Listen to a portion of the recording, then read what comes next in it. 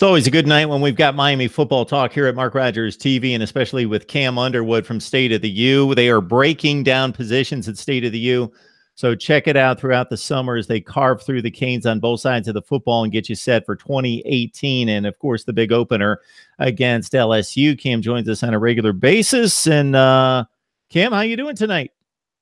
I'm good. I'm good. Just enjoying the summer. And yeah, we're doing, position previews, coach previews, player previews, Miami Hurricanes games we love from years past, build a perfect hurricane, top 5 Hurricanes, baseball, basketball, football, non-revenue stuff. In short, we have a lot of great stuff on the website this summer. So please go check it out.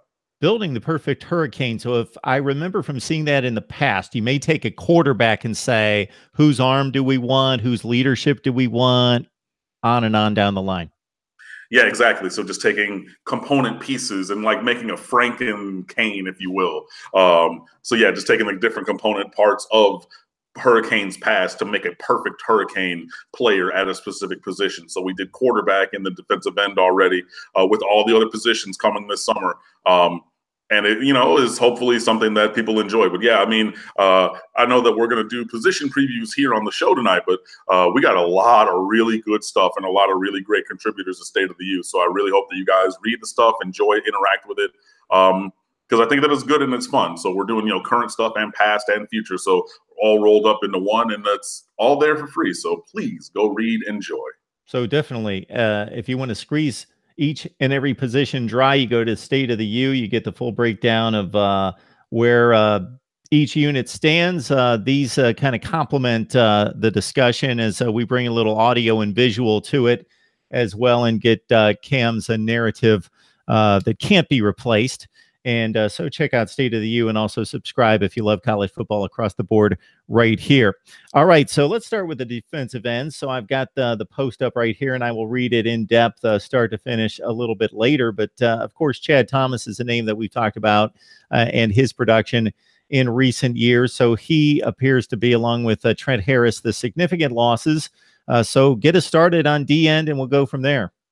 Yeah, Miami lost a bunch of defensive linemen this year. So those two who you mentioned, also DJ Johnson, who was the most heavily recruited player in America in 2017, had almost 100 scholarship offers. He left via transfer at the end of this season. So that's 3 guys from the defensive end position. Plus you lose Anthony Moten at graduation. Plus you lose R.J. McIntosh and Kendrick Norton from the defensive tackle position. And Ryan Fines, who transferred out. So that's like 7 dudes, 8 guys or ish up front that were lost either to graduation, the NFL, or transfer. So yeah, there's big shoes to be filled up front. But luckily, Miami has lots of talent, and even though it's not as deep as years past, the defensive line, they should be able to overcome those losses. If we're looking at the defensive ends, you got to start with Demetrius Jackson. He's a redshirt senior. He was a former basketball player, transitioned to the football field, and is probably one of, if not the best, run defenders on the defensive line. So he's a guy who's going to play a lot of snaps. But I probably actually should have started with 2 underclassmen who are going to be your starting defensive ends. Joe Jackson. If you've been following our conversations, mine and Mark, for a couple of years, I called him a cyborg as a recruit a few years ago, and he looks like that still, and he plays like that as well. Like, he's really, really good. He's first-round draft talent, like, is honestly what he is. At the other end, you have Jonathan Garvin, who might even be better than Joe Jackson, which I know sounds crazy, but if you just look at his length and his quickness off the ball, his first step is unreal, and he's still growing both in height and weight. So he's adding all of that together to his game. So Jackson and Garvin are going to be your bookend ends, and they can hopefully, play the run, even though, pass rushing is a little bit more of their specialty, but they do have the ability to play the run and get after, the quarterback or any other kind of players if they're chasing down plays from behind and things like that. So Jackson and Garvin are going to start. Demetrius Jackson, no relation to Joe Jackson, is going to be a rotation player. He can play outside, or he can even flex inside in some situations. Scott Patchen, might remember his dad went to Miami. His brother, for some stupid reason, went to Florida. And I think his uncle or grandfather also played in Miami. So, you know, the other Patchen, he just was the black sheep of the family. We don't really talk about him. But Scott Patchen was a 4-star recruit years ago. He's 6'5", 250 pounds. He's battled injuries a lot. And if he can be healthy, I think he can be a really good contributing player at the defensive end position. And then last but definitely not least, 6'7" terror on the edge, Gregory Rousseau is a true freshman. And he's huge. He's 6'7", up to 225, almost 230 pounds. But he played at like 200 pounds in high school. Like he played safety and wide receiver and linebacker and some defensive end. And I mean, he just was all over the place because when you got a guy who's 6'6", 6'7", you're going to put him wherever you can put him. But yeah, he got to Miami, added a little bit of weight and started pass rushing full time. And he was so good personally in the first scrimmage with 4 sacks that he was the basically individual who precipitated the change in the offensive line's composition, because they're like, we can't block this kid. And again, this is after they had to block first-round caliber players in Joe Jackson and John Garvin. Russo came out there and he was just unblockable. So, you know, he is a little thin. Obviously, he's brand new, being a true freshman and transitioning from playing mostly like as an edge player, like a skill guy, wide receiver and safety most for the first 3 years of his high school career, and then maybe playing a little bit of weak side backer and some rush end as a senior. But he has all the talent in the world. So that's a good thing to have. At defensive tackle, Gerald Willis III comes back from a leave of absence last year. He's a 5th-year guy, was a former 5-star recruit who went to Florida before he transferred over here. And I mean, he has limited stats from the year that he did play in 2016, but he's a guy who's been Scout Team Player of the Year twice at Miami, which is crazy. So his transfer year and then last year, because he had a personal issue, took a little time off, came back to the team and was on the scout team. And he's a potential first or second team all ACC caliber player. And if he plays that level, then that's going to be a big win for Miami, especially having lost 2 guys to the NFL draft in Norton and McIntosh, who would have started and been of that same kind of caliber. Patrick Bethel is a junior now, and he was a defensive end. Now he's at a tackle, but he's up to 275, 280 pounds. So with that combination there, Willis and Bethel, that's a good group. Jonathan Ford is a sophomore. He played some rotation snaps later in the year last year, but he's hopefully going to take a big step forward. You have Tyreek Martin, who's probably not going to play here. Nesta Silvera was a 4-star recruit, one of the biggest recruits that we got from a talent perspective in 2018. He's going to need to step in and play some rotational snaps.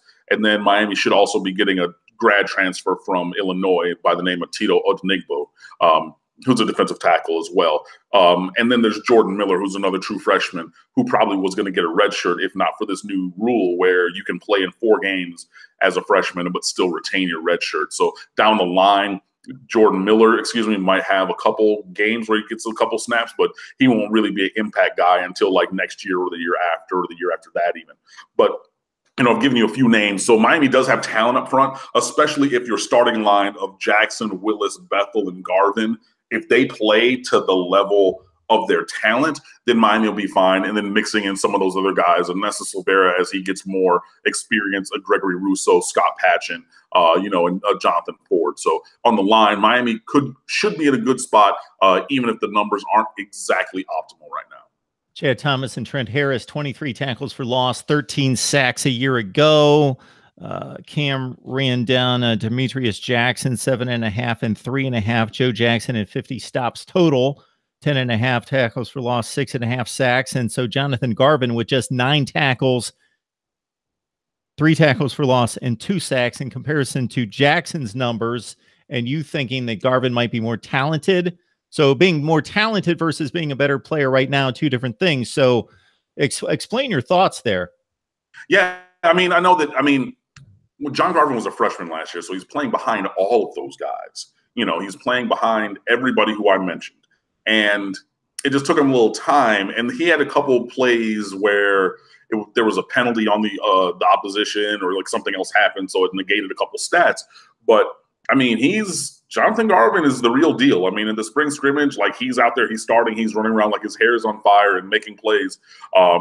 And, he's 6'4", 245, 250 pounds. So he has that height, that length, that quick twitch ability and everything, and I know how much of a fan of Joe Jackson and his physicality and his potential and his production I've been.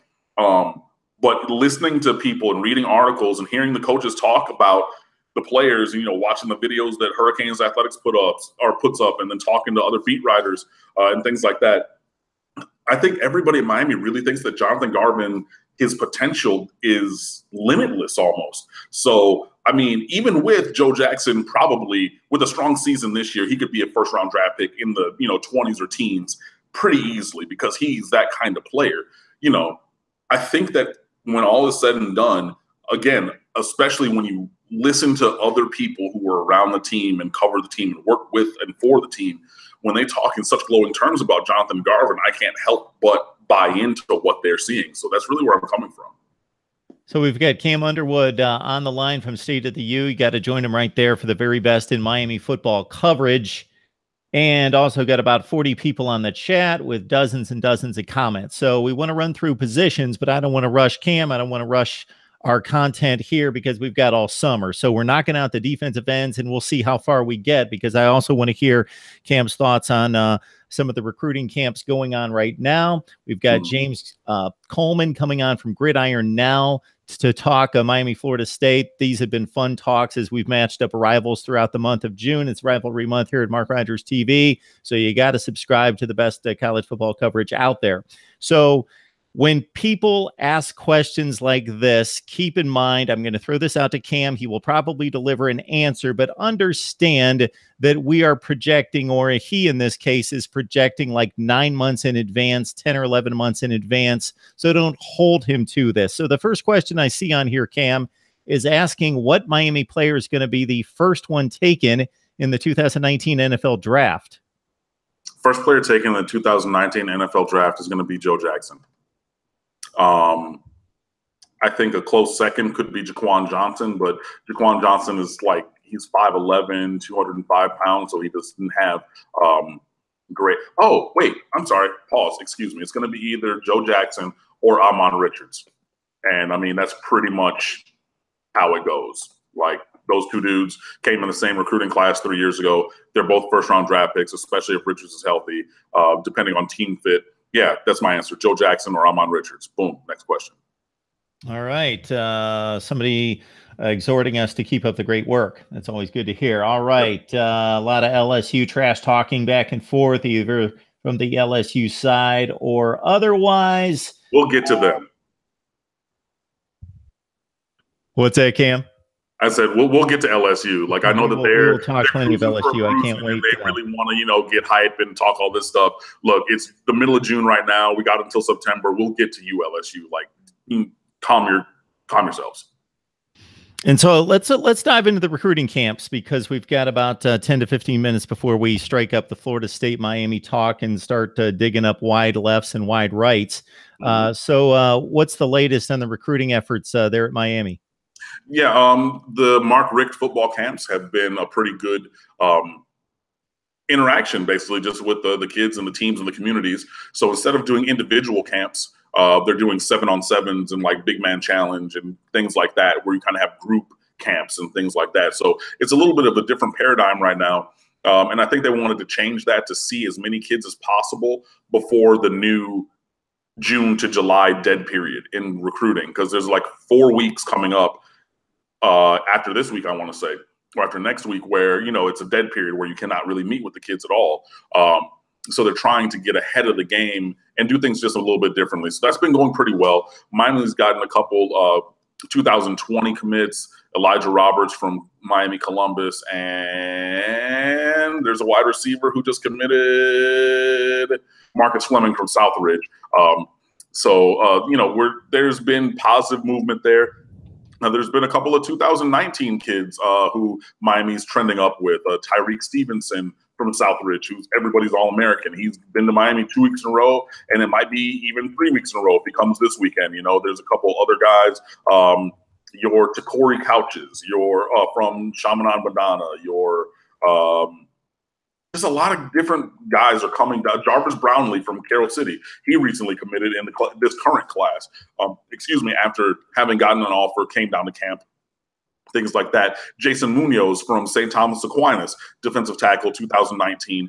He broke his leg last year, didn't play at all, but he was a terror in the spring when he got back on the field for Aquinas. Miami evaluated him then, said, come on down to camp. We want to see you in person. Came down to camp, was the MVP for the lineman that day, showed that he was 100%. Measured in at 6'3", 274 pounds, which is a good projectable size for a defensive tackle. And so, we took him, we committed and we think that we have a steal. Miami thinks they have a steal there because people are slow on the Jason Munoz train because he didn't play as a junior, which is like arguably your biggest recruiting year for your recruiting profile. So in that interaction or between those multiple things, and I named already 5 different guys, Keontre Smith, who flipped from Kentucky to Miami. That's 6 people are recruits across 2019 and 20 classes that I've mentioned. And that seems to be gaining traction because you get the whole teams there, but also the teams with the star players. So Miami Southridge has been there a couple times with Tyreek Stevenson and all the kids who play there. So obviously you're going to give the superstar the real one-on-one time, but you also get to connect with the rest of their teammates and see, okay, whoever else in this class or the next class you might want to connect to. So yeah, the MarkRogersTV football camps are going pretty well right now. There's a couple more that are coming up, but there's one this weekend, and then I want to say next weekend, maybe before the dead period, before Paradise Camp this year is July the 28th, which is like that weekend right after the end of the dead period for recruiting. So there's like a full month from the end of July or June to the middle end of July where you cannot really meet with the kids. So just trying to get out in front of things. Miami's done a couple satellite camps. Locally, going to the local youth parks and things like that to try to build that connection, because we know that recruiting is a multiple year interaction. So we're trying to get out to the community and meet the kids and all these kind of things so that, when little Deontay from, Carroll City becomes like superstar Deontay in like 7 years, you remember that one time that you went to this little, youth camp and whatnot. So, I mean, you got to do those kind of community grassroots things. But we're seeing that, MarkRogersTV has done those for 3 years here now, and those seem to be a positive interaction. So,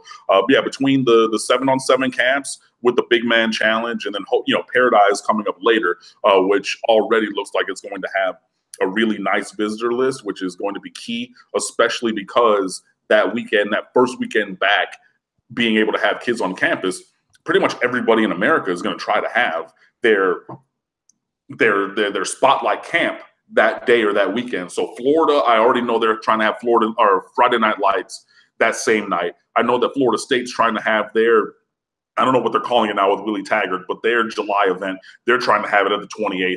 Georgia, the G Day, you're probably going to have that there. Alabama with the A Day, Ohio State with their Friday Night Lights. Like pretty much everybody's going to try to get all the kids that they want that same weekend. So hopefully Miami is able to do that well. And I think by having these kids come down to the first camp, the 7-on-7 camp, and really building that connection to lock them into Paradise Camp, hopefully, in a couple 6-8 weeks, whatever it is from now, we see that pay off. I shouldn't have to sell this. All you have to do is listen to Cam. Go to State of the U to get more Miami football coverage from Cam and the rest of the staff right there. They know Miami football inside and out, and obviously all the sports, but we talk nothing but college football here. Please subscribe to my YouTube channel, like and comment as well. That helps out the channel and helps us bring you better and more frequent content. And as I look at the chat, if you guys want to knock yourselves out, trash talking back and forth, go at it. I love it. That's fine. That's why it's there as well. But if you want questions and comments to Cam, certainly take advantage. But I see nothing there but a lot of score predictions and trash talking back and forth. And again, that's why it's there. Have at it and go nuts. So we've enjoyed Rivalry Month here at MarkRogersTV with a lot of great conversations. Florida State Clemson, even though it's a very new rivalry.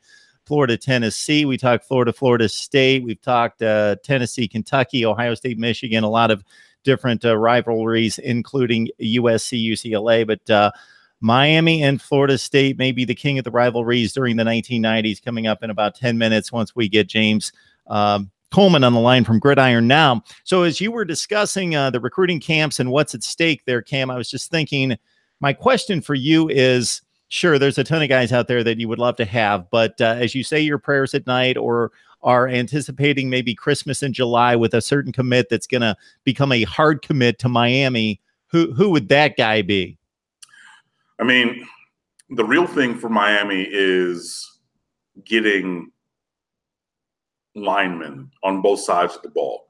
If you look at last year's recruiting class and even the last couple with Mark Richt, the skill position recruiting is way in front of the big man recruiting. I mean, skill positions.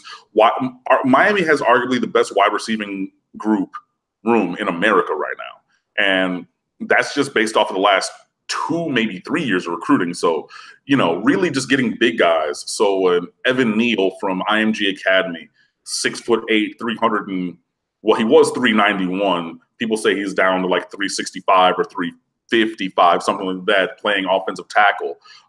That's a guy that you want. His mom is a Hurricanes fan. He's visited a couple of times, and we're putting the full press on him because we need tackles, and we need a tackle of his caliber. So somebody like that, somebody like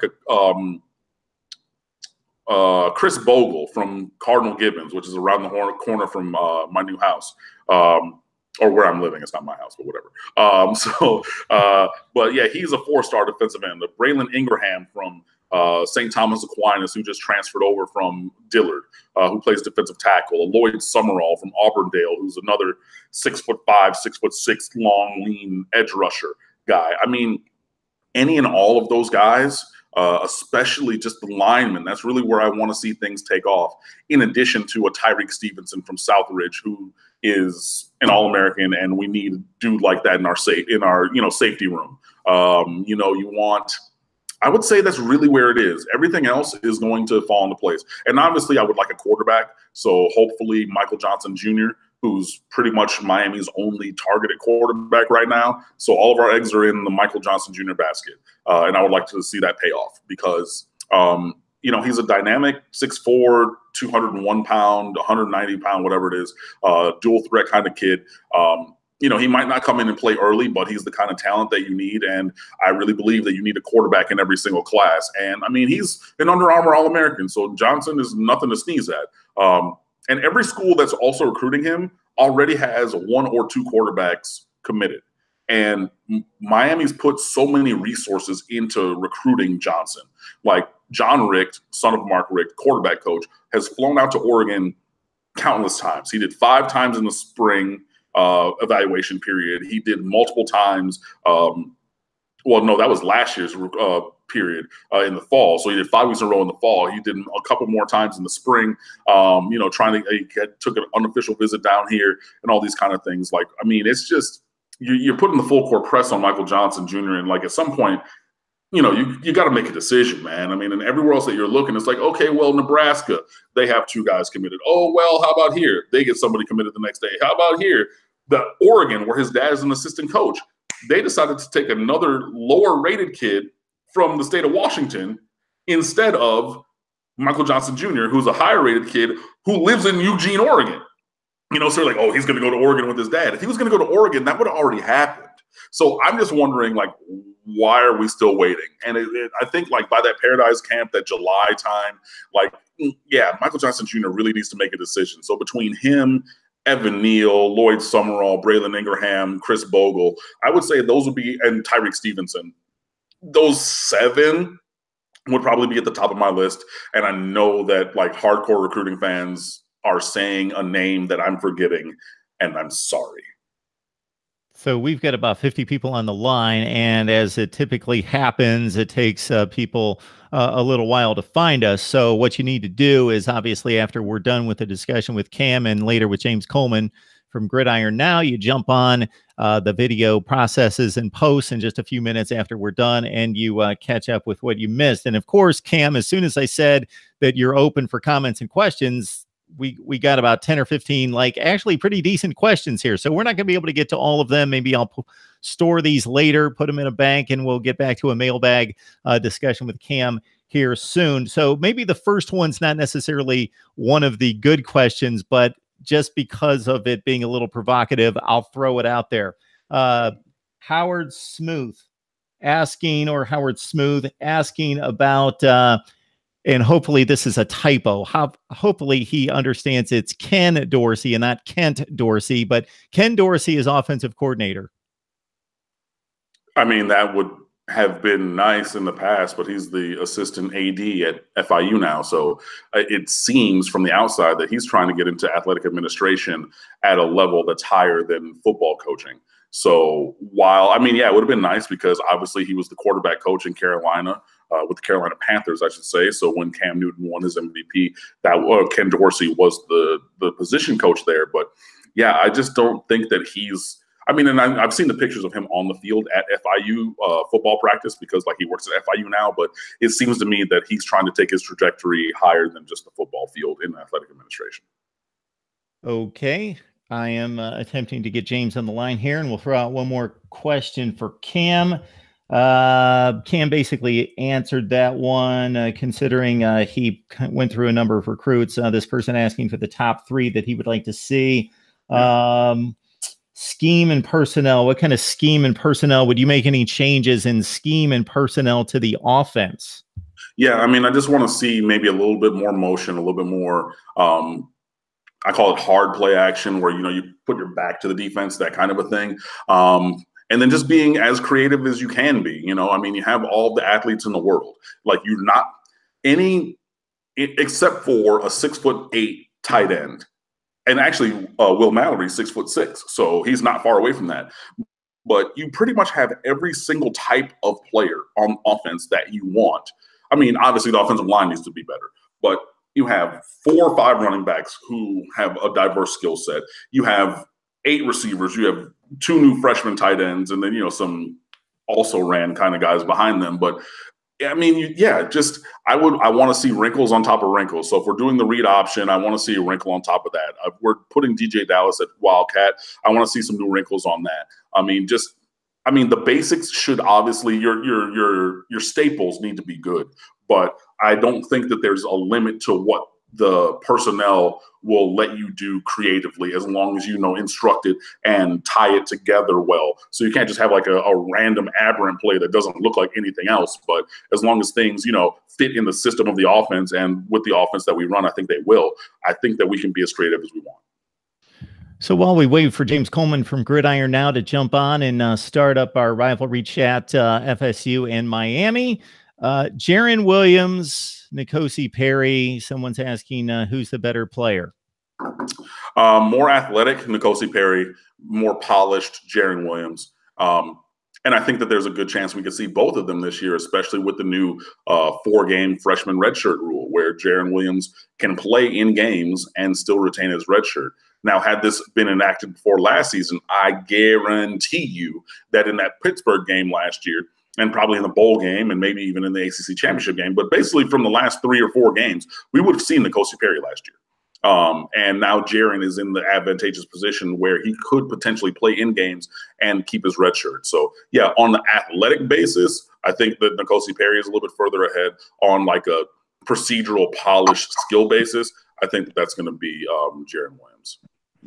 All right, we got Kim Underwood, State of the U on the line. Please join him there for the best in Miami football coverage. Of course, subscribe to my YouTube channel as I break down the nation coast to coast. And another great contributor here in James Coleman from Gridiron Now, covers Florida State, played at Florida State, was a Florida State fan even before he hit the field in Tallahassee.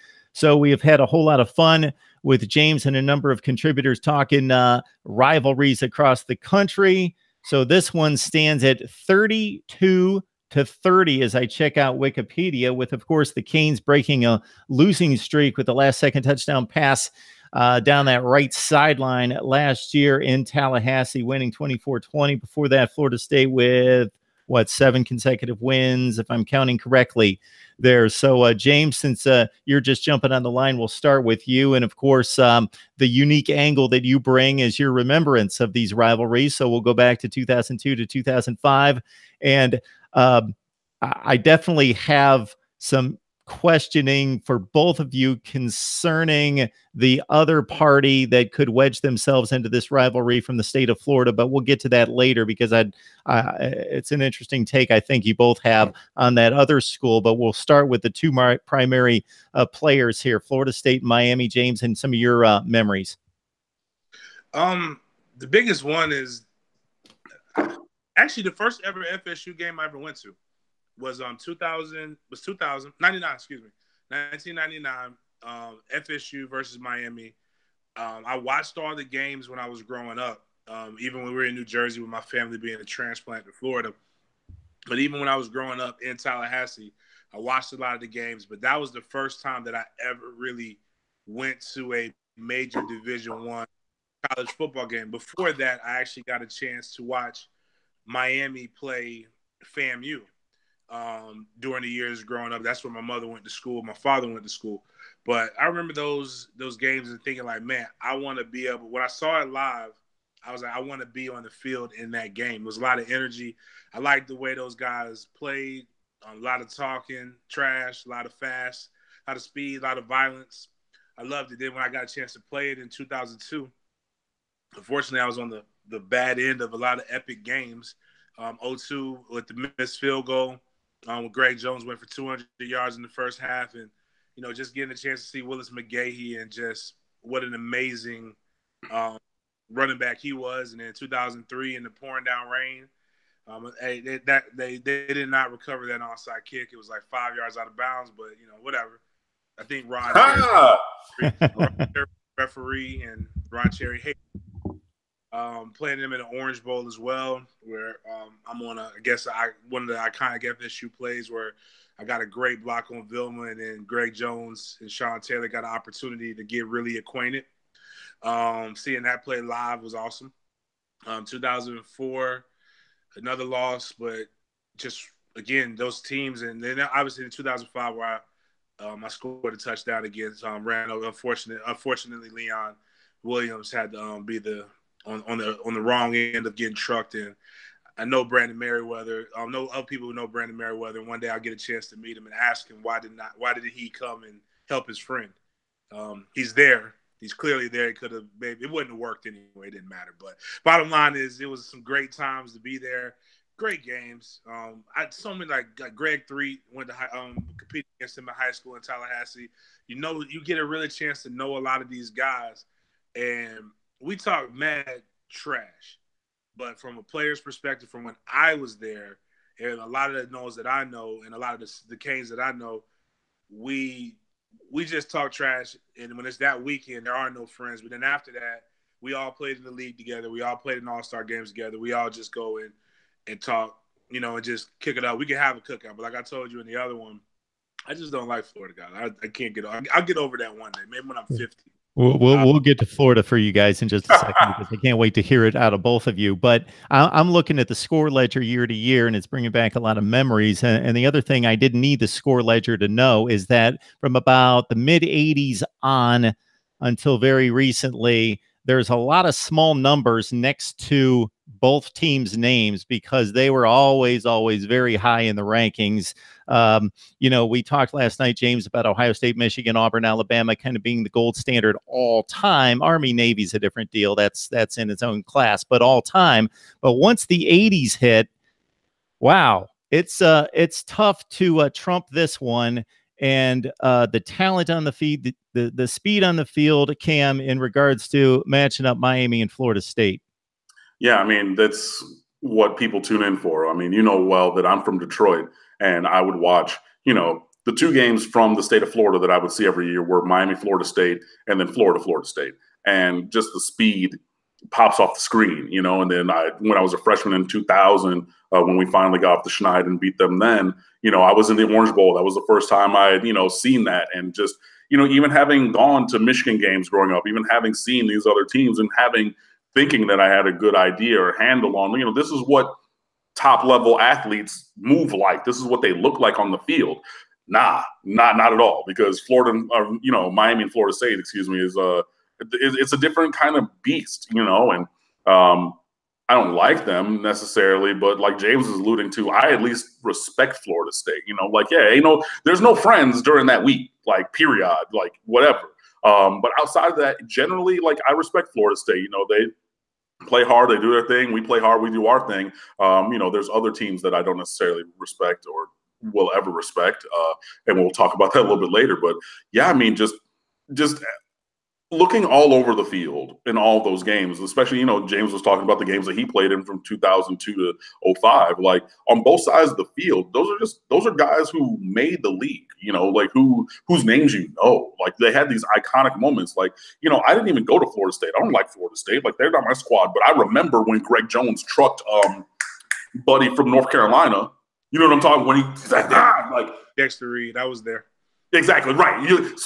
But like it was that kind of a play where I don't even really mess with them, but that was so iconic that you even remember that. You know what I mean? So like when you put those two programs together, Hurricanes and Seminoles, like obviously you're gonna have some of the best teams that you've ever seen, some of the best athletes you've ever seen putting together, and I think that's really what has made this rivalry great, especially with both teams really from that last 35, 40 years being two of the gold standard programs in college football.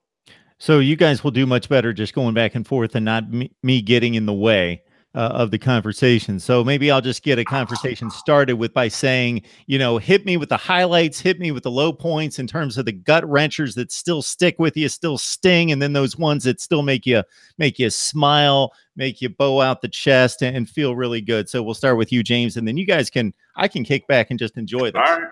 Well, I mean, the real thing, all the wide rights and then, missed field goals. If FSU had a field goal kicker, God knows how many. I mean, we've had good ones like Sebastian Janikowski, some guys like that. But if we were able to make some clutch kicks, who knows how many national championships FSU could have. Also, just not ducking each other. Like, they rose up at the same time as we rose up, and they were there. Like I told you, little tidbit, little known college history fact that people don't know. There is one of our rivals that there's actually they had to create a law for us to have to play them every year. It's actually illegal for us to not play each other in football. But with Miami, if FSU did not play, put it in perspective, if FSU didn't play Miami in the '80s, the only time there probably would have been the FSU Miami bowl game for the national championship. Like the losses, and FSU not playing in the conference really hurt because the losses that we had were to a Miami or somebody else who was another prominent program, and there could be a 2-loss national championship or a 1-loss national championship, champion team, and they didn't have the same prestige as FSU had with their record. It's just there was very heavy conference slants. So FSU, even as great a program as they've been over the last 35 years, could be even more epic. But it's the choice of Coach Bowden choosing not to duck anybody and playing guys when they're the best and playing home and homes and not having to have different stipulations. One of the things that I remember when people talk, and you brought up a really good point, Mark, where the scores were so close. You're talking about, a field goal, 2 points here, 1 point, things like that. To put it in perspective, I give like they don't understand how good those Miami teams were that I played against. I played against 13. I counted. I might not have them all right, but from what I can remember, because actually I don't think I counted Calais Campbell because he was there, but I didn't play against Calais. Calais was a younger guy.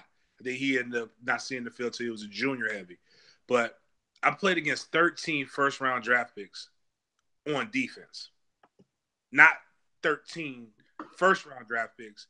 I played against 13 first-round draft picks on defense, not including guys like Rocky McIntosh. Rocky McIntosh was a second-round pick. Yep. Not including guys like Andre Johnson on offense. Not including Willis McGahee. Not including not in play against sports, but with McGahee, Frank Gore.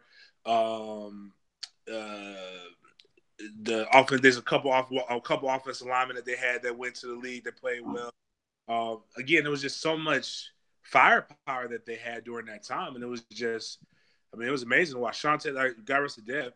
Chantel is probably the greatest competitor I've ever played against, and that made a lot of people in Noel Nation sad with his untimely death.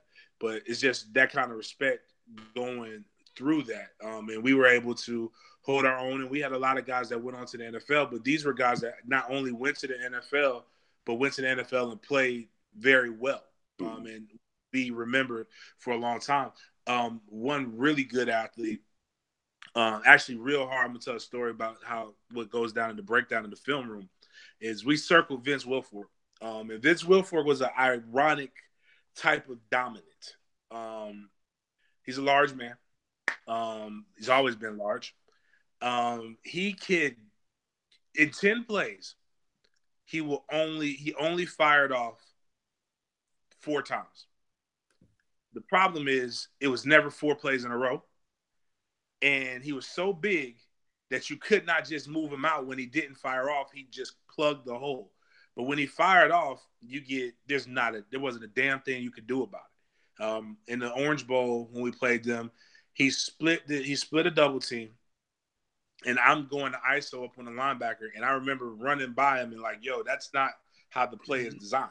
That guy's not be in the backfield. So God bless, my soul. It could have been me. He could have hit me, and I'm glad he didn't. But unfortunately, it sacrificed the running back in Leon Washington, and he caught Leon as he was getting the ball, and then he took like 2 steps after he hit him, and then he swan dived and fell all of that belly onto Leon. I think Leon actually went inside of Vince for a second and back out, and it was just crazy when you see that, and you're just like, man, and then, again, you go see him have a dynamic NFL career, win Super Bowls and stuff like that. Yeah, and I remember that play and everything, and just because I was still in college at that time, so I went to the bowl game because I live down here now, and everything. Just like that, just one of those kind of plays. But just the talent was everywhere, like you're talking about, and Miami's been on the good side of a lot of close games against Florida State. Luckily, for whatever reason. Even that game that Ja'Cory Harris won, whatever that was, 2009, the last time that we won up until last year. That wasn't a field goal. That was 4th and goal from the 7-yard line, and no, that was because of BS Carlo Nigel Bradham, if I remember correctly. What I'm trying to say is the score was not because of a field goal. The score was because the game was close and you had a chance to win on a different kind of play. That's what I was trying to say. Right. The 7-year, losing streak, obviously, like, all of those sting, and especially, the ones when, Miami had games or could have realistically had the game won, and then Dalvin Cook just decided, I'm not going to take that, and single-handedly won those games because he's that kind of athlete, and those are pretty bad. Obviously, especially when you get a little bit of a lead, not 2013, because that was one of the better teams that you guys had, and we were pretty bad then. But the 2014, 2016, even 2000, well, no, that was 2016. It was just gut wrenching. You get a tying field goal or a touchdown, and I'm in that end zone where that block happened, and I'm right there, and everything. So that one stung. But luckily, like I said, we have games to remember that were good. Obviously last year, obviously 91, obviously 92, obviously 2000, my freshman year. But then that was an epic fight because that was just haymaker after haymaker. And I know that people want to put it on Matt Munyon for missing that 50-yarder at the buzzer or whatever, but that would have tied the game in 2000. I wouldn't have won it. So I think that's a different kind of caliber of game. But getting back to something you said early, yeah, I respect Florida State because regardless of the conference situation, regardless of the schedule situation, we play each other. And obviously it could go either way. And it's a close rivalry. It's 32 for Miami and 30 for Florida State. So yeah, we talk about those ones that Miami got over Florida State, but y'all got us damn near just as much. You know what I mean? So we're not ducking anybody. We're not saying, oh, we're not going to, and I'm going to say it now, like the University of Florida, as I look directly into the camera, because they're scared. And I know they want to say, oh, well, we play in the SEC, and y'all always play in the SEC. Miami was in the Big East. Florida State was independent before they got into the ACC, and still, both of our programs found a way to work it out. And Florida State's here saying, look, we're going to play Miami every year. And then the legislature had to come in and say, okay, we're going to write in that law. So Florida State had to play every year. So Florida State's in here playing an elite schedule in the ACC, for years. They're playing Miami out of conference, and they're playing Florida out of conference. But Florida's sitting over here and saying, our schedule's too hard, so we can't play Miami. Like, I mean, like, come on, man. Like, this is sports. Like, honestly, just put us on the schedule. And the thing that angers me about Florida so much, and James, I know this is going to be a little bit different for you because y'all play them, is their players, alumni, and fan base talk so much noise about Miami, about being better than, being able to beat Miami, when they've beaten Miami one time in my lifetime, and that's when we had 2 freshman quarterbacks going up against Tim Tebow and them. But they want to say, oh, we're better, we'll do all this. And I just say, line it up, put us on the schedule, and then all of a sudden they start copping pleas, saying, I don't know if we can do that. But how are you going to sit over here and talk about you being better demonstrably at football, but refuse to put that on the field? Which is why I cannot wait till next year's season opener, because we're going to get in it, boy. Yeah, I will say I am interested in how that's going to work. Oh, I know how that's going to work. We're going to be playing that fight song a whole lot come 2019. Let's go. I mean, I kind of want Miami to win, but if there is a way that you both could lose, it would be epic. Just for the trolling, that's all. But, I appreciate that. But I mean, and also just even the Labor Day kickoff, the opening game. I remember that was the worst decision that FSU ever made. Yes, allowing that, and I'm sure Miami said the same thing too. But we worked an entire offseason, beat Miami. My senior year, we finally beat them. Finally beat you guys. We worked from January to that day. It was all beat Miami. Matter of fact, we did drills based upon all of the epic fourth quarter comebacks that Miami had. And so we did it. Like one of them, we had the lead and we had the game won. It was only a minute left. So we did a minute worth of exercises after we did our workouts. So we did all this work and we finally win. Then what?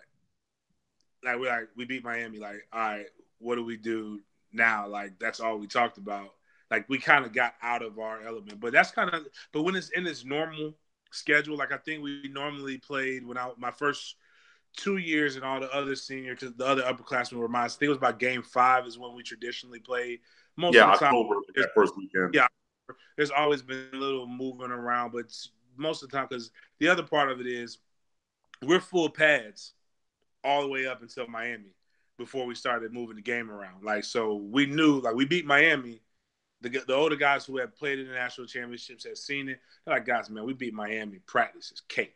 We going just our full pads is just shoulder pads and shorts one day, and then we're shorts the rest of the week. Kind of an NFL schedule, kind of NFL model.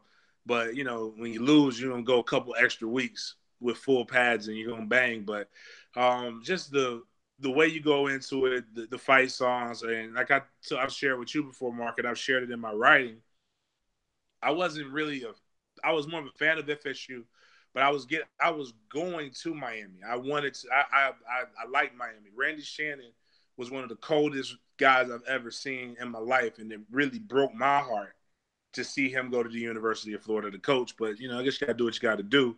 But when he came on my high school campus, which was on Florida State's campus, full orange and green, I was like, yo, you was a bold brother. And I like it. He lied to me because I mean, not necessarily lied to me about what would happen, but he was like, man, you remind us of Ray Lewis. And I go back and I think about my film in high school. I wasn't that damn good. I was good. Ray Lewis good, and I knew that. But there's no shame in that. Yeah, I mean, it's just being honest. And the greatest linebackers of all time. Telling me something. But watching that national championship game against Nebraska and watching Vilma almost kill somebody 2 consecutive plays, bang. That and stuff like that, I'm like, man, that's kind of cool. And then knowing all the other stuff and the playmaker, a lot of the other guys that came out of that, the U, and then when I was coming up in high school, the U had its resurgence, and that's why I get upset sometimes with you fans, and I get it. But this ain't what that was. That was it. And then before that, it's getting close. It's feeling it's nothing like it, but I'm like, just let it happen. But CMR and knowing CMR from Florida State days, seeing what he's done at Georgia, he is definitely making them better and I'm interested to see what they can do. And I respect Manny Diaz, Ron Dugans, another Tallahassee guy, Doak legend. Just the recruiting battles, everything that comes down to it. It's always fun. It's more like fighting your brother. Like I don't want to kill a Miami fan or a Miami player. I just don't want to lose to him. And you get competitive, and fights happen in that one too, and things like that. But it's never like it's all love at the end of it. I don't ever remember shaking hands with Florida. I really I take pleasure in watching Florida lose. If they could lose every game, I'll be satisfied. Miami is just more so. I don't care if they lose every game. It'll be cool, whatever, but I just don't care. Florida, I actually really I'll root for the other team. If they playing the devil, I'm rooting for the devil. I mean, I don't know if I'm going that far with it, but I mean, I'm rooting against them. I mean, that Tennessee game hurt me with the throwback, that they finally hit because, I wanted that same kind of thing, man. Yeah, but it's so different when there's such a close relationship between the players and the coaches and the teams and everything, like Miami and Florida State. Like when I was in college, like my dorm for all 4 years was like right as close to the Wellness Center and the Green Tree practice fields as you could get. And man, they would be out there at like 6:45 in the morning with that damn war chant at ignorant volume levels. Just like, okay, cool. So for every staffer who's walking in the building, you just hear just blaring. And so it's like, okay, I'm walking to class, like around the lake, like, oh, like you heard that everywhere. Cause I mean, it was the same kind of thing. Like, yo, we're going to be singularly focused on Florida State, to get by, obviously. And, I know that their practices got a little bit better. I didn't play there, but I had some friends on the team and whatnot. So they would talk about, oh yeah, if we beat Florida State. And luckily we did beat Florida State like in a row all the times when I was in college. Like, oh yeah, after that we had, an easy day or a walkthrough or, just shells or shorts and helmets and anything, easy with that, so that was obviously good for them and everything. But yeah, I mean, it's the game that you circle. It's the game that you look forward to. It's the game where the day every single year. Like we could do lists all the time on websites because people love lists and things like that. You can talk about the hardest defense or the best this and the best that, but it's really Miami, Florida State, and then everything else. And that's just how it is every single year. Now, obviously, for the Canes, next year in 2019, we play Florida to start and Florida State. So there's going to be, kind of dueling dates. But on an every year basis, we are going to circle Florida State because y'all are our biggest rival. You're the biggest and baddest team that we play. And I think and everybody you can look at the film and just be at the game. Everybody tries harder because it means more. You know what I mean? Like you got dudes from Tallahassee on both teams. You got dudes from Miami Southridge or Miami Central or whatever on both sides of the field. So everybody wants to win, man. It's just pride to a level that you don't usually see. I think it goes down to where the recruiting hotbeds is of South Florida being such a big hotbed. You have so many South Florida guys on Florida State's team, and you have equal amounts of guys on Miami's team. And like you said, there's guys from Tallahassee that have gone down that way and and vice versa. And now even with Jacksonville being like, you have a good amount of Jacksonville guys, and you got some people there. And I want to say it's not. Is it Casey's son? No, it's not Casey. Well, Brad Johnson's son, I want to say. I think maybe signed, which I know he got offered. I don't remember. No, it was Casey's son. It was Casey's son, but I know you got what's Monster's real name? Bradley Jennings' son. I know Bradley Jennings' son down there. And, Bradley's going to stand on the sideline because Bradley's a scary dude anyway, in his full FSU gear and dare you to mess with him. Anybody who's been shot 3 times, I ain't messing with that dude. Monster's cold. But because you have the guys that played at Carroll City, and half of the better players went up this way. The other half stayed there, Miami Northwestern. And it's just like those Miami guys being like, yo, we got to win because I got to go back home, and I don't want to hear this. And then you're going, like I remember going down to Brevard County during Thanksgiving where my aunt was at, and people see me in my FSU gear before I have to travel back up to Tallahassee, and they're like, man, we're going to beat y'all. And I'm like, whatever, man. How you a Miami fan in Brevard County? You ain't never been to Miami. But, just talking about those things and thinking like what Stanford Samuels Still the hardest hit that I've ever seen in my life. Dirty, with dirty, Boosie.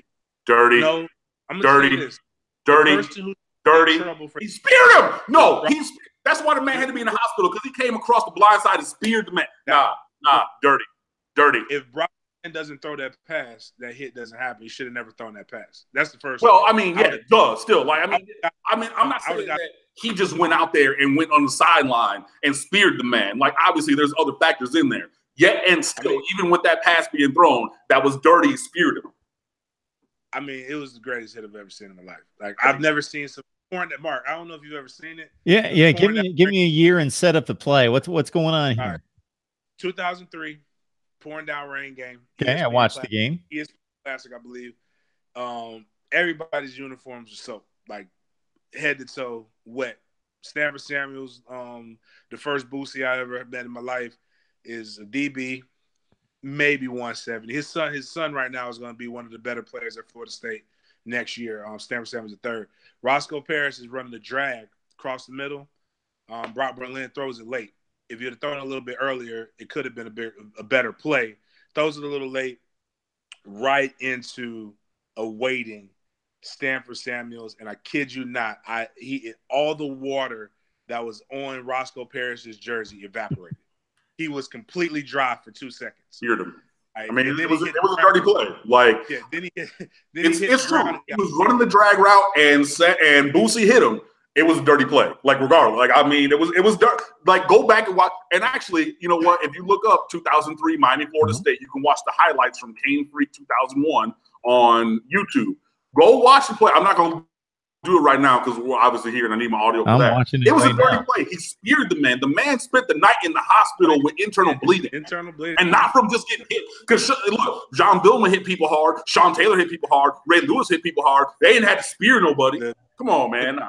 When John Billman hit a guy, it was a guy who had an opportunity to catch and make a football move. Roscoe was running full speed and trying to catch the pass, and like it just one guy going full speed east and another guy going full speed west.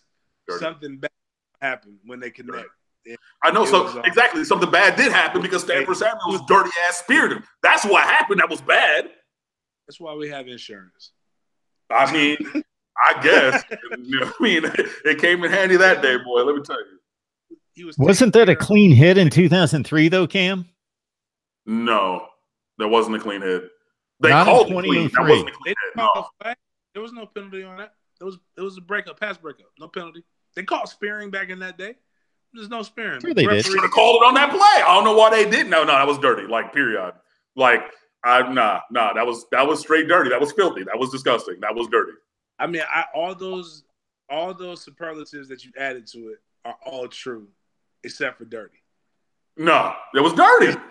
That was a dirty hit. I said it then. I say it now. I believe it to the core of my being. Every time I see that, my blood boils because that was almost said a 4-letter word that the FCC would not like. But it was dirty. The only bad thing that happened in that game is the wrong team won. But outside, it was very much disagree with that. The right team came out on top. Hey, but you know what? You talk about rooting for other teams. We lost to Virginia Tech and Tennessee the next 2 weeks and 3 weeks away from that. So I mean, I know that you got a little bit from that, but no, we were good. No, that was a right team. It was like I said, it was I actually was pissed because we didn't take care of our business. We did not take care of business against Maryland. Yeah, that year we only lost to 2 teams. We lost to Miami twice. No, Clemson. If we took care of business in Clemson, I'd probably have a national championship ring. I'm a little upset about that. But, 2003 and 2004 Florida State teams severely underachieved. Actually, a lot of those teams underachieved. But the cool thing is most of us got a chance to get at least a cup of coffee in the NFL. We played with each other. Like when I was in New Orleans, I got a chance to go reacquaint with Vilma. I played with a couple guys. Who was your fullback? Najee. No, not Najee. It was after him. Quadrant Hill. Yeah. He was in the All-Star game. A couple other guys. I think Leon was in the All-Star game in Las Vegas that we played in. And again, like I said, a lot of those guys, I follow them. I see their career. They're in coaching now. They're getting done with playing football. I talked trash to Calais Campbell because I covered the Jaguars, and he's been up here, and he did tell me they were going to win. He also told me the Jaguars were going to be good, and I told him he was crazy for both of those statements, and he ended up being right. So it happens. I mean, exactly. So, maybe you should put the haterade down for a little bit. Maybe listen to somebody with some knowledge outside of yourself a little bit. And just interact with people like that. You feel me? Broke clock is right twice a day, and he was okay. right twice. So we'll yeah, see. Well, I mean, a broke program was right 7 times in a row. I don't know how y'all got that together, but hey, it happens. I'll tell you exactly. Al Golden is one of the greatest college football coaches of all time. Just like Chris Ricks is the best college quarterback of all time with his 0-5 against Miami. To Chris's defense, he only problem Chris had against, he just could not beat the Canes. He beat Florida. I mean, that was a great Miami Hurricanes team. But Al Golden was a good. I mean, Randy Shannon should have got a better shot down there. But CMR, I mean, the only knock I have on CMR is that he's never, outside of this FSU game, is he's never won a game that matters. And I mean, I thought that team that y'all had last year, after getting over the hump with FSU, I did not see. Maybe 2 of the losses, maybe Wisconsin, just from a football knowledge of Wisconsin, knowing that they play a specific style of football. But I just did not see the 3 straight. Well, my bad. Let me forget Wisconsin. I did see Clemson coming. The other 2 is Wisconsin and was it Pittsburgh? Yeah. I didn't see those coming. I thought that was interesting. I mean, that was just a luck runs out situation. I mean, Rozier he's trick or treat. You go, everybody's like, oh, he did all these numbers and whatnot. Dude went 4 for 16 for 34 yards and an interception in the first half against Florida State last year. Now, I know what the end numbers were, but you're talking 25% completions with the interception. Like, dog, what are you doing? And people are like, oh, no, he's great. He's great. I said, it's going to catch up with us when a team stacks the box. They figure out a way to defeat our zone blocking, and they say, you got to hit these throws, and he's not going to be able to do it. And that was Pittsburgh. Which I still don't understand why Tavares McFadden was playing the defense that he played in that situation when you're playing for a field goal.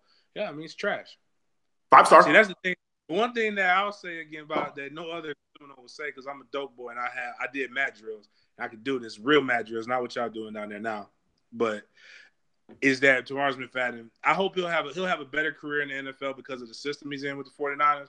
But as far as what he did at FSU, I hate him for what he did last season. Like, that hurt my heart. That hurt my heart. When you get mossed by a dude who plays 2 plays in a game, I mean, obviously you're not doing really well. I did not play football in the college level especially, so I cannot speak to the quality or realness of mat drills just because I see the videos and nothing else. So I don't know that from the inside like you do. So you know what? You might be throwing shots, you might not be, but you probably are. So back that up. But it just.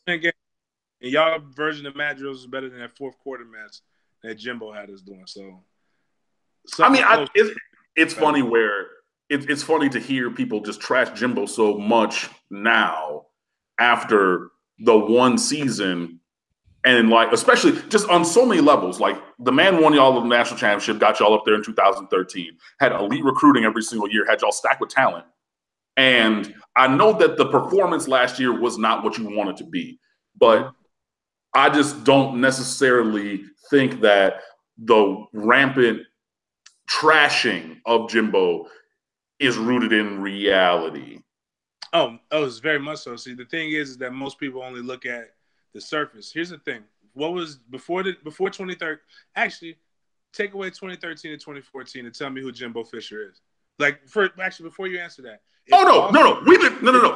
If all Mark Richt does for you right now is win you 10 games and you lose in 10 games and you have 3 losses, will you be satisfied in 5 years? Will I be satisfied in 5 years? No, but I said that about Jimbo Fisher before. I wrote that actually. I've said it on Twitter. I've actually put that on the website saying that without a generational talent at quarterback and or running back, being Jameis Winston and Dalvin Cook, he's a 9-4, 10-3 type dude. Now you see why FSU fans, like what happened is they woke up. And it's not just that. First and foremost, when Jimbo came over, there was an LSU fan I think he's a coach, but I think he uses the Twitter handle. He puts information out there. He said Jimbo Fisher is a consistent 9-3, consistent 9-4 coach. He's saying in big games he can adjust, but he doesn't. He gets tight. You see it with the development. Now he could get you a quarterback in the NFL, which is cool. The goal is just to put people in the NFL. He does a great job. Similar with what Al Golden was able to do, and what your coaches before CMR were able to do. Tons of talent in the NFL. But that's when you step back and you look at how many of these guys have gone, and you look at the results, and then you look at what the losses were. So when you see a 2012 and you lose to NC State, that doesn't make sense. You start to scratch your head. How do you lose to NC State like that? Okay, and then you go to Florida, it was a competition of who could lose that game. You play a terrible game against Florida. Without that loss to Florida, we would be talking about Florida we would have 8 straight wins against Florida. So then you go to 2013 and you have, again, generational talent and quarterback that has a grasp of offense that very few people can get. Now, granted, he's weird as Halloween with a full moon at midnight. But he is a generator. The boy can play football. He knows his X's and O's. Then you have Dalvin Cook. And when you have Dalvin Cook in a situation in his last year, you don't obviously you don't want to run the ball 30 times. You don't have an offense designed that way. But you probably make concessions when you have a redshirt freshman quarterback who is not Jameis Winston. So there are times when he stopped giving the ball to Dalvin. In particular, when you look at the Michigan game and the bowl game, I counted 14 straight pass plays without even looking at Dalvin Cook. That was during the time when Michigan mounted this comeback. Jim Harbaugh's a good coach. He ain't that good of a coach. We stopped doing what was working, a good coach adjustments. Now you move into last season. Jimbo does recruit elite talent. Elite talent can get you 6 to 7 wins without any coaching. The reason why FSU fans are mad, not just because of you minus the elite, the 2 years of 13 and 14, when you find out the things that you find out in behind the scenes, that Jimbo started flirting with Texas A&M after the Alabama loss and after Texas A&M lost to UCLA, you start looking at the games and you start looking at where were their laps in game plan and preparation. Congratulations, kudos. I'm one of those guys that doesn't talk trash about a rival when they beat us. So my mouth is really essentially shut until after Miami FSU played and if we win. But you cannot tell me, especially after the stats that you put out, 25% completion. You have that game all but one. You have that game in a situation where you drive down with a true freshman quarterback and score, and you allow your defensive coordinator to play so passive. I want to say you guys you averaged 10 yards per play in 2 back-to-back drives in order to win the game. An elite defense, elite talent does not do that. And don't get me wrong, I joke about Jabbar Smith-Fadden, but no matter how bad he is, he ain't that bad. You put him in a situation to win. Forget that. Boston College, even though Boston College is one of the teams coming back next season with the most draft-graded players, you do not get blanketed by Boston College. Yeah, that was crazy. You saw a team give up on a coach because a coach chased the money. Nobody cares about the $7.5 million a year. I'd take that. Matter of fact, if you ask me to coach at UM for $7.5 million, at UF for $7.5 million a year, I'm going to have to consider it. I get that part, but it's the way you leave, and then you leave and you trash the program. So in turn, Karma's a beat. Jimbo's getting a lot of what he gave. All he had to do was say, guys, I'm leaving because they're giving me guaranteed $75 million in 10 years. Now, the FSU fan would cry. But when you gave us that trash season, and then when you left, you kicked everybody in the butt on the way out. Nah, dude. I hope nothing but the worst for Texas A&M. And you called them a better program. You can't call somebody a better program who hasn't won a national championship since Technicolor. For those who don't understand what Technicolor is, that's before World War II. And not very many people are alive that have seen that national championship, except for one FSU fan, Karen Key Largo. I think she was alive during World War II, and she loves Jimbo. Wow. I was not expecting to hear a KKL drop at the end of that that rant. But yeah, I mean, yeah. All right, it was not about FSU Miami. You didn't make me talk about Jimbo. That's how, man. Anyways, I see you in the street. I mean, Jimbo. hey, like, look, I'm just saying, like, it just seems to me, because now you put it in terms that other Florida State fans don't, and I'm kind of the same way. Like, when I write something, maybe from a pragmatic standpoint, it's not necessarily 100%, former player or fan, sided, just, angry vitriol. Like, there's a little bit of a brain, that goes with it, some thought that went into what you said. So that kind of sentiment I will agree with, and it makes sense. But most people aren't saying that kind of stuff. You know what I mean? It's just they're talking hurt, the hit dog kind of hollering kind of thing. But and I mean, it makes sense. Obviously, like, you have a person who leaves like that. I mean, at least when Butch Davis went to the Browns, he called the team. And it was funny because I was walking with my buddy who was the backup punter at the time, and I think Najee Davenport was in the class that I was walking to. And both of them, like, and you see all the players walking across campus to go over to the Hecht. And he told everybody straight up, like, yo, they offered me a boatload, like a real boatload truck of cash, and I'm going to go take that. So, being upfront with it, as opposed to, where Jimbo had a guaranteed contract with y'all.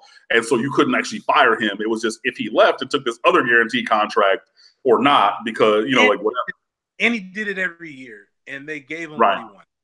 Exactly. So I can see a little bit where the hurt feelings come from, but it's always good to have a rival. You know what I mean? To have somebody that you like have as a measuring stick, because like Miami wants to beat Florida State, and I know that they're doing drills now. Look, we got one. They had 7 in a row. We're trying to get 2. Like, and I know that like you're talking about when you were there, before you were there, after you're there. Currently, I know Florida State's doing the same thing for Miami, but it's a great rivalry. It's not as Hatfield and McCoy's as either of our teams against Florida or Michigan, Ohio State, where like I have friends from Michigan who grew up in Michigan who's never been to the state of Ohio, because that's how much that rivalry means to people. It's not that same kind of thing. It really is more of, at least on my side of the street, having, been there and seen every game since 2000, pretty well, not every game, but every home game since 2000 in person. I mean, there's at least a level of respect between Miami and Florida State players and fans, and as a program, even if we don't necessarily like each other that day, that is refreshing. And hopefully, Miami will continue to win, but we just hopefully we'll continue to do that, and the rivalry can be great. I put it in this perspective. I got a family who likes Miami. I go down to Miami all the time. Matter of fact, I'll watch the Miami FSU game with them. And after the 7 straight losses that they had, 7 straight wins we had, after we beat us, hey man, let's go get some crack conch from some Jamaican spot. I don't know the name of it, from down there somewhere in the hood. So let's go get some seafood.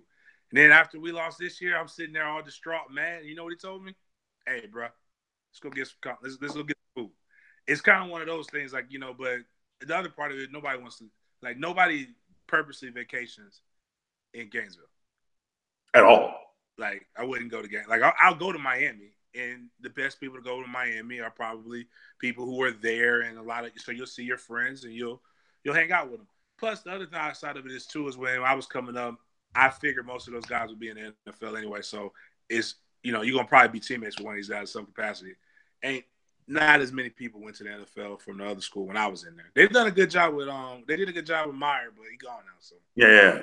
I mean, but that was like obviously at the height of their program ever since Spurrier, because in '96 when they're doing Fun and Gun, and then obviously with Urban they're doing that, and I mean they still have been doing some good stuff on defense. I don't know what their recruiting is going to be like, because they love them some defensive backs up in Gainesville. I don't know about the other positions that they try to recruit, but they love them some DBs, boy. Let me tell you. So they always have 6, 7, 8, 10 of those in the class. But yeah, I mean, nobody's going to go there.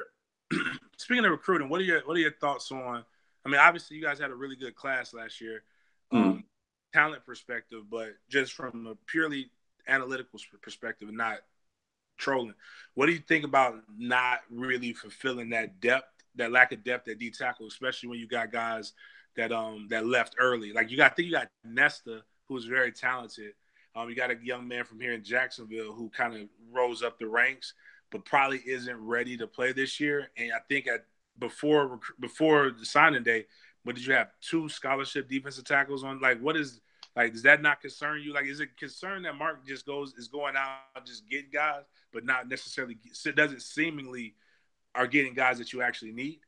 Yeah, I mean that's definitely a concern, and I think it's on both sides, both lines. And actually, it's funny. I was just talking with Mark about that when we were doing a little kind of position preview or whatever. But yeah, both sides of the line were really kind of iffy on recruiting. I know that we got a couple more numbers on offensive line than like defensive tackle, and I think that it's a good move, or it looks like a good move now for Kuligowski to go to Alabama, and then we get another coach in here, and Jess Simpson, who was a high school legend in Georgia. He was an assistant with the Falcons, and he's already, to my eye, had more success recruiting defensive line than Kuligowski. And Kuligowski's put all kinds of dudes in the league, all kinds of dudes first-round draft pick, all kinds of dudes SEC player of the year, Big 12 player or defensive player of the year. I know that, but a couple people that I know have called him Cowboy Cool, and he's a good coach, but he wasn't really about that South Florida recruiting grind. And it's a different beast over here. And when he's not closing on those guys because he wants the logo to recruit itself or whatever, like, that's cool, but you got to do something. Now he can go to Alabama and just say, look, we Alabama. You trying to get down or not? Because if you're not trying to get down, I'm going to just go call the next dude.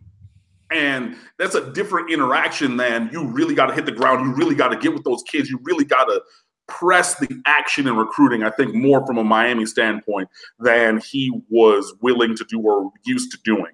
So it was concerning to only get, a Nesta who's going to play this year, and then Jordan Miller, who was, from the middle of nowhere. I mean, Palatka, I don't even know where that is in Florida. Before he went to Jacksonville Sandalwood. So, and yeah, Miller, he's probably going to be a kid who takes that 4-game redshirt rule where maybe late in the year he gets a little experience and keeps that redshirt.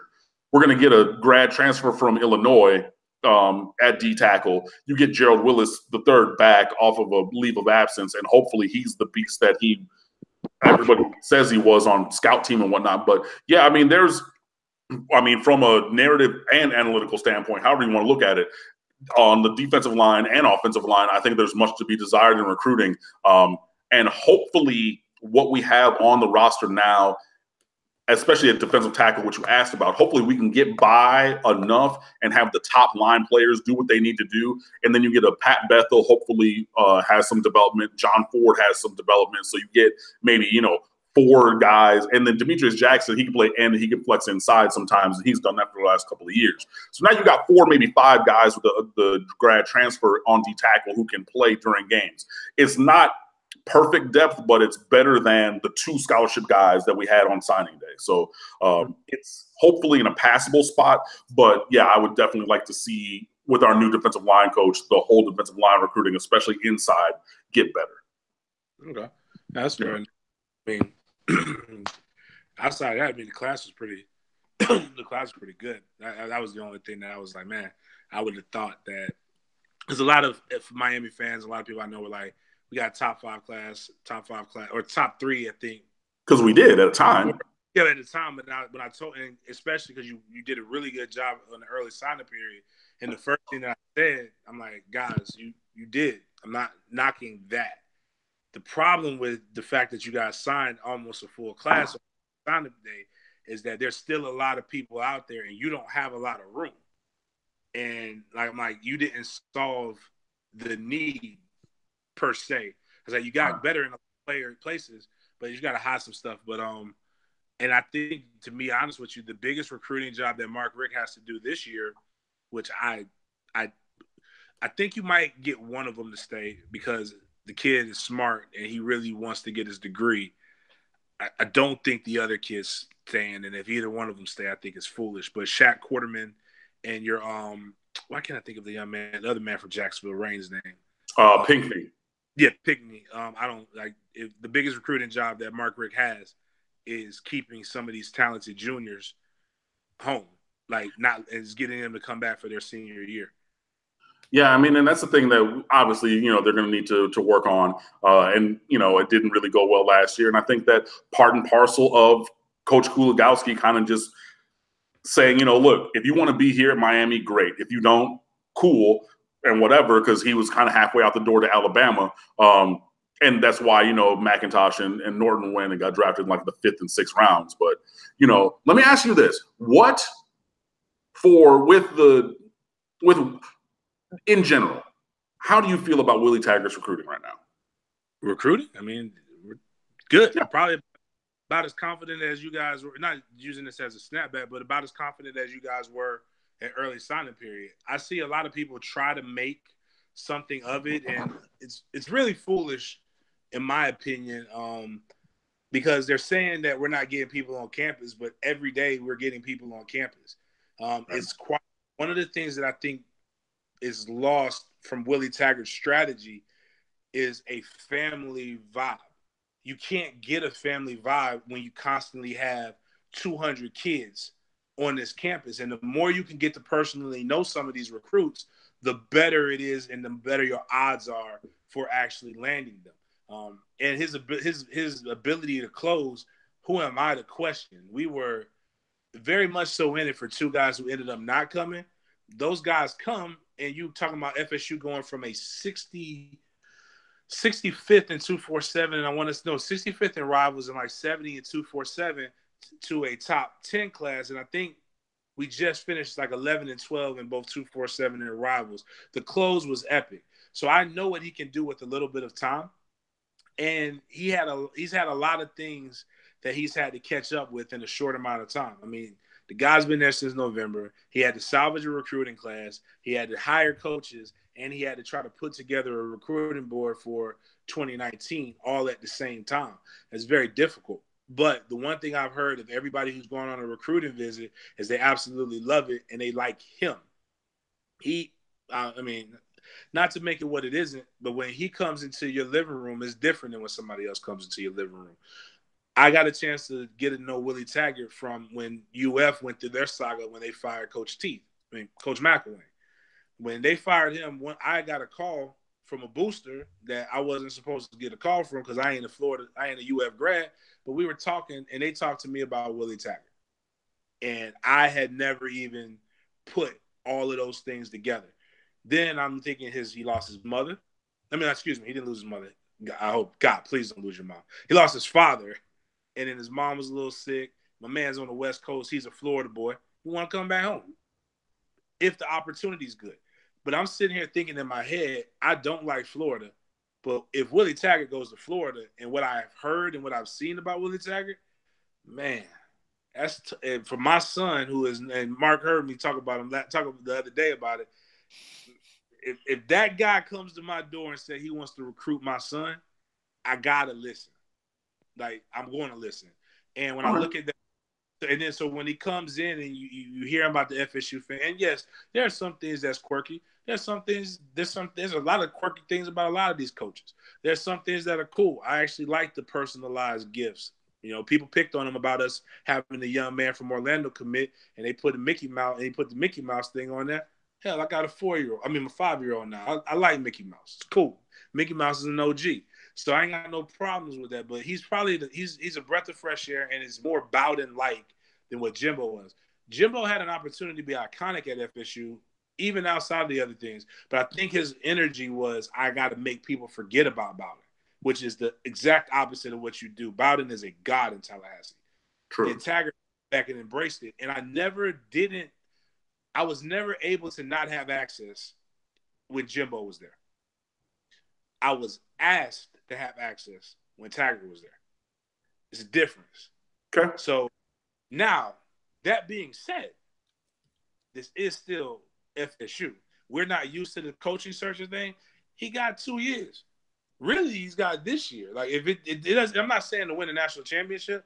They can go 8-5. It just depends on how you go 8-5 at FSU. If you're going 8-5 and you're, winning some you're losing some close games, but you can see the energy levels there, they're going to give you a pass in the year 2. But you can't be year 3 and FSU is not competing for at least the ACC championship. Because the thing that Jimbo was going to, I don't want to go out on a limb and say he would have been fired, but he would have been on a hot seat if he would have done the same thing, if we wouldn't have had a transitional year this year, because what he allowed in his arrogance was for Clemson to create a monster. Big facts. Like Alabama, but fun.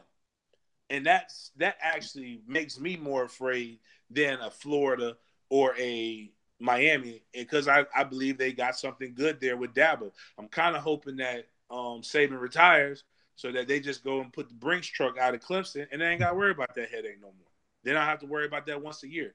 But I think Taggart, the way he's recruiting, the way he's relating to these guys, the way he's relating to the staff and their way of recruiting, and the staff he's put together, that I think in a couple of years you'll see a lot of people start to replicate that same model. That's my thought process.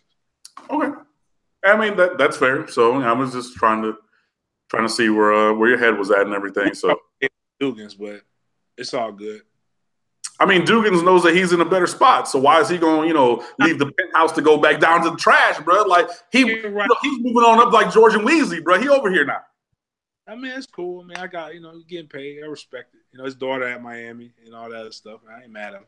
Yeah, I mean, all that, so.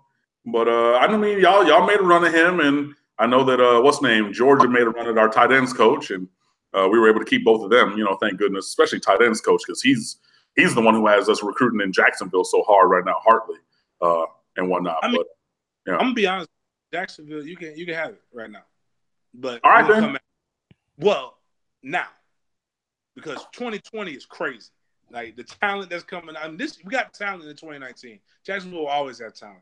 But 2020, I think you guys are, if you haven't offered, you're offering young man from Mandarin High School, quarterback that UF and Alabama have just offered. And then I think Sims from out of Sandalwood is going to be we got 3 or 4 2020 quarterbacks alone. So if you got good quarterbacks.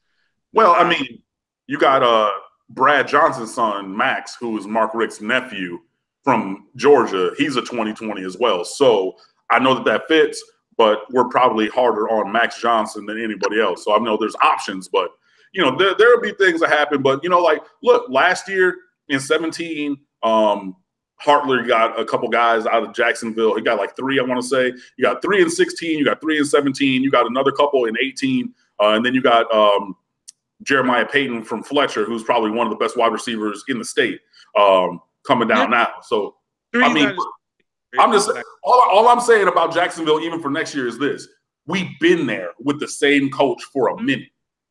So, I was from a quality standpoint. The 3 you got in the 16 are like, that was 3. Yeah, that was good. That was solid. You got some good. You got some solid talent with that. I mean, you're recruiting well. It's just about, can you get it right now? It's not about, our rivalry is there. It's about when you get to that game, are you going to get, you can't have the PlayStation get reset on you again. Yeah, no. I mean, that's true. Like you gotta perform, and that's the thing. Like with everything that you do in recruiting, there has to be proof of concept with winning, and so you got to do that. Another question. Yeah. The division that you guys are in, the Coastal, outside of being a Miami fan and your recruiting stuff, how can you be so confident that you'll repeat? Not because for any other reason, that the Coastal is consistently a turnstile in who wins it. I mean, you have almost everybody on that side has won with a similar record. So like, Tech win with a 10-3, Duke win with a 10-3, Virginia Tech has won. I think that's just then y'all. I think it's just some variation of those. Like, and what are your thoughts on that? No, the answer is just like you joked on me earlier, and it was true, because Al Golden. You know what I mean? Like when Miami is not even close to being recognizable as Miami, then that's when you have other teams that can pop up from year to year. Like, yeah, you had a nice Georgia Tech season. You had a nice Virginia Tech couple seasons and whatever. But if Miami has always had the best talent, so you got to have the players, first of all. We have a coach who knows what he's doing, not trying to figure it out. We got staffers who know what they're doing, not trying to figure it out. And we got guys who are really hungry now, especially because they've gotten a taste of greatness. And it wasn't even, because, look, everybody was smelling themselves with 10-0, and you had to. Even with the shortcomings, even with, Rozier not being great, even with some turnovers, even with some injuries, all those kind of things. But if you have a Miami program that is even, if it's recognizable as Miami, which I think that we're becoming again, not saying that was going to be 2001 again, like, nah. But if you see a Miami that's actually a Miami, the assumption in the Coastal has to be Miami's going to win, and then somebody else has to prove me otherwise. Because that's just, we have way more talent than everybody else. And especially if you got a little taste of winning the last couple of years, 9 wins, 10 wins, back-to-back seasons. Yeah, we're in a point right now where another team is going to have to prove me something. Is it going to be Georgia Tech? I don't know, because Mark Richt has always owned Georgia Tech. I think he's like 17-2 or 18-2 against them lifetime across 2 different schools. So that should be easy. Duke, trash. North Carolina, they could probably be competitive. Virginia Tech, who knows if they're even going to have their quarterback. And if they don't have Josh Jackson back, if he gets kicked out of school or suspended from the team, then I don't really see them giving us any kind of trouble. So honestly, yeah, if Miami is anything like Miami, then it's our division and somebody else has to prove me otherwise. And that's really how I feel about it. Fair enough. Yeah, I don't think there's any question about that. If all those schools are at their best or anywhere close to their best, the rest of them have to be at an A, and Miami's got to be about a C for it to be competitive. And Miami's been the best roster, I think, in that division for quite a few years, but it's just turned out where they've lost the wrong games. They always have to play you guys where everybody else gets the break and doesn't have to always play Florida State or Clemson.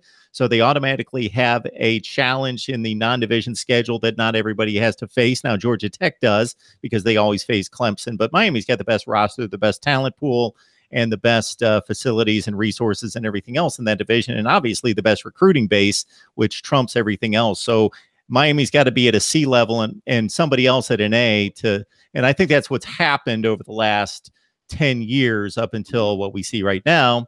And one other thing, I hate to break this up. I could definitely listen to you guys all night. Seriously, I could listen to you guys go back and forth all night because it's been much better than me interrupting with actual questions for you guys just mixing it up. But the 2 things I will add before I got to let you guys go, because I always respect my guest time and I've got Tennessee talk here at 9:00.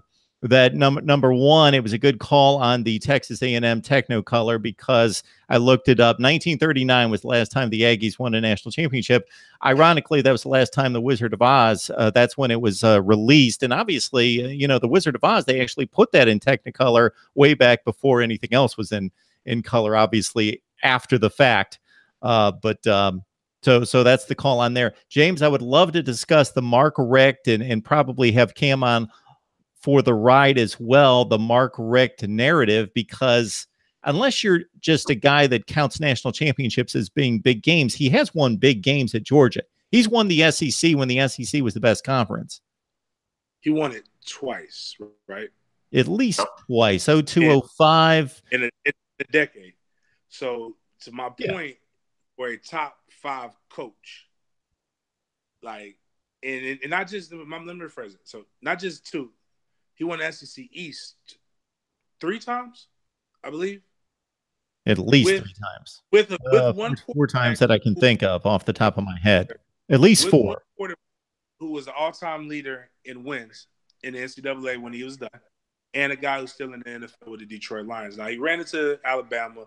I'm just looking at it from a standpoint as if he's that good of a coach, and I'm not saying he is or he isn't. I respect Mark Richt's mind. He got to Georgia before, and Saban had to restart twice. Saban had to restart at LSU, and he had to restart at Alabama. Sure. He got to Georgia when Florida was down. Florida had to reboot, and he still, in that amount of time, even the East, only won 4 times. So you allowed another coach from, at that time, a mid-major in Utah to come into the toughest conference, if I'm to believe that narrative, and build a dynasty level talent under your watch. And he stormed you. And Florida, I don't really remember. I just go off of what they tell me. I can't believe Florida Twitter as far as I can throw the building of Twitter. But let Florida tell you they have had recent success against Georgia. So when I say has never won a game that matters, I'm talking about now. Again, he could beat FSU because he beat me in the Sugar Bowl at Georgia, and he beat FSU last year. But it's the consistency of a coach. Like I asked my man here, if his coach only won 10 games for 5 years, average. Now that's good success. Would you be happy as a coach? Would you be happy as a fan? That's Mark Richt. Well, He's a consistent 10-win coach. so I think most fans, and I don't want to speak for either one of you, but I think most fans of elite programs, there might be some exceptions, but reasonable fans would be frustrated with 10-3, 10-3, 10-3, 10-3, because it would be like, when are we going to get over the hump? When's it going to happen? When's it going to happen? It never happens. But if you had the same winning percentage, but you did it like 8-5, 9-4, boom, 13-1 college football playoff for a national championship, then back 8-5, 9-4, and the winning percentage was the same, but you took a few downers at 8-5, 9-4, but boom, you spiked with college football playoff appearances and conference championships, right, versus just doing what he did at Georgia, which was basically, outside of winning the SEC those 2 or 3 times in the East, a couple other times, he basically was just so consistent, but he lost the key games, you're right, mostly to Florida, and some Tennessee games and some SEC championship games, that he was just very consistent. But fans would rather see the spikes, and they'll live with the downers if you give them some spikes. And he wasn't able to do that necessarily at Georgia, although that 2012 team was that close. And I don't know that you can fault a coach when a guy gets tackled at the 4-yard line.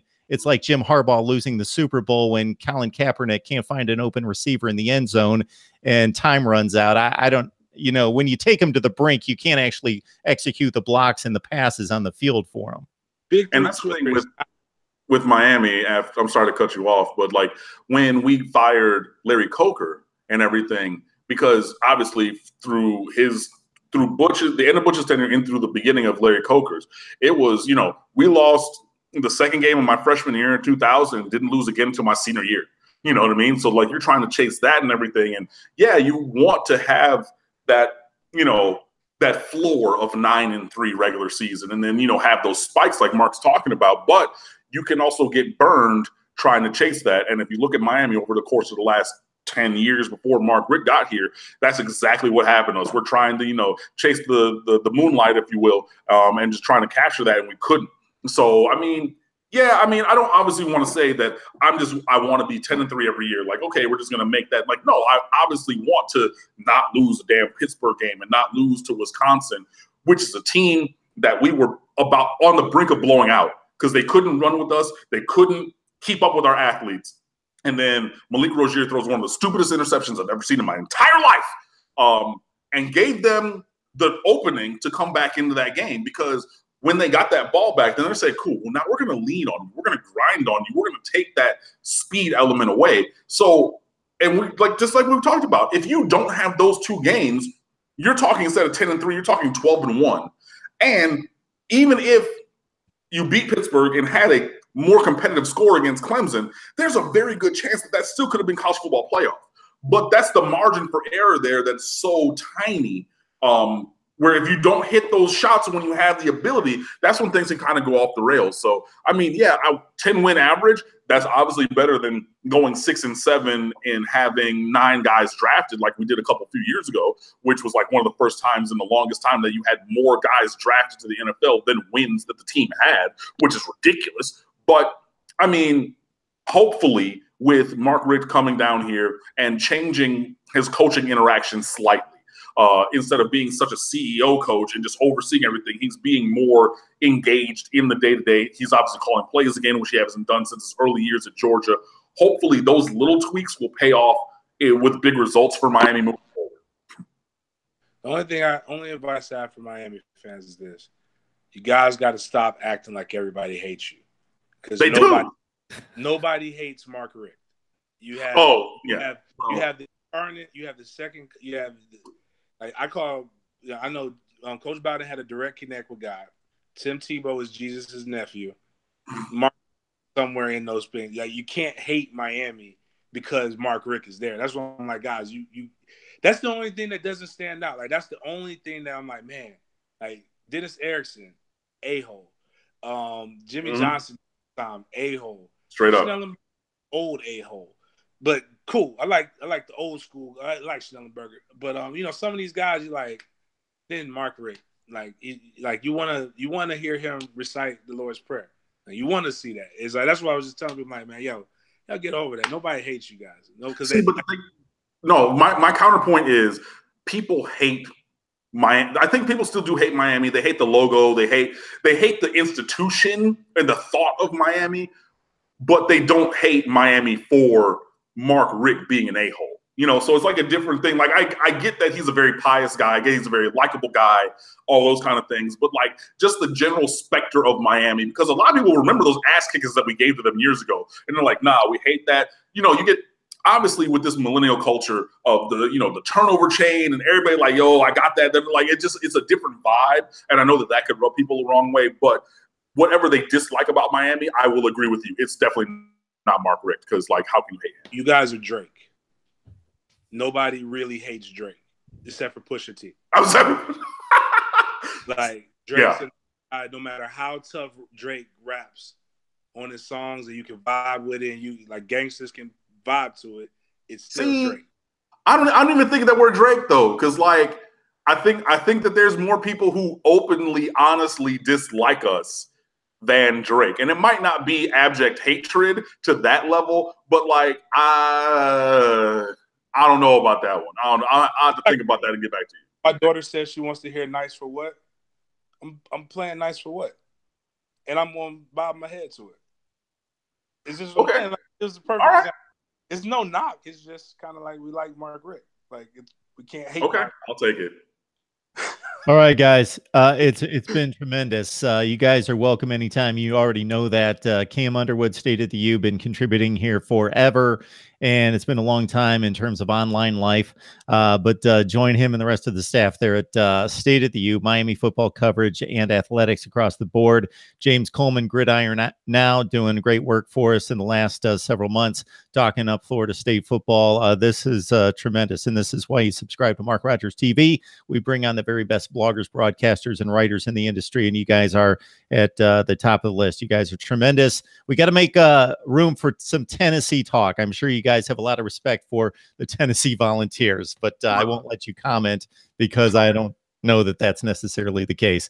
Appreciate you guys. Take care. It's been awesome, and come back soon. The invite will be in your email or Twitter DM here very soon. You both know that. So anytime you guys can jump on, I will take it. Everybody stay tuned for Tennessee with Mike LaValle. Last word on college football. Thanks, guys.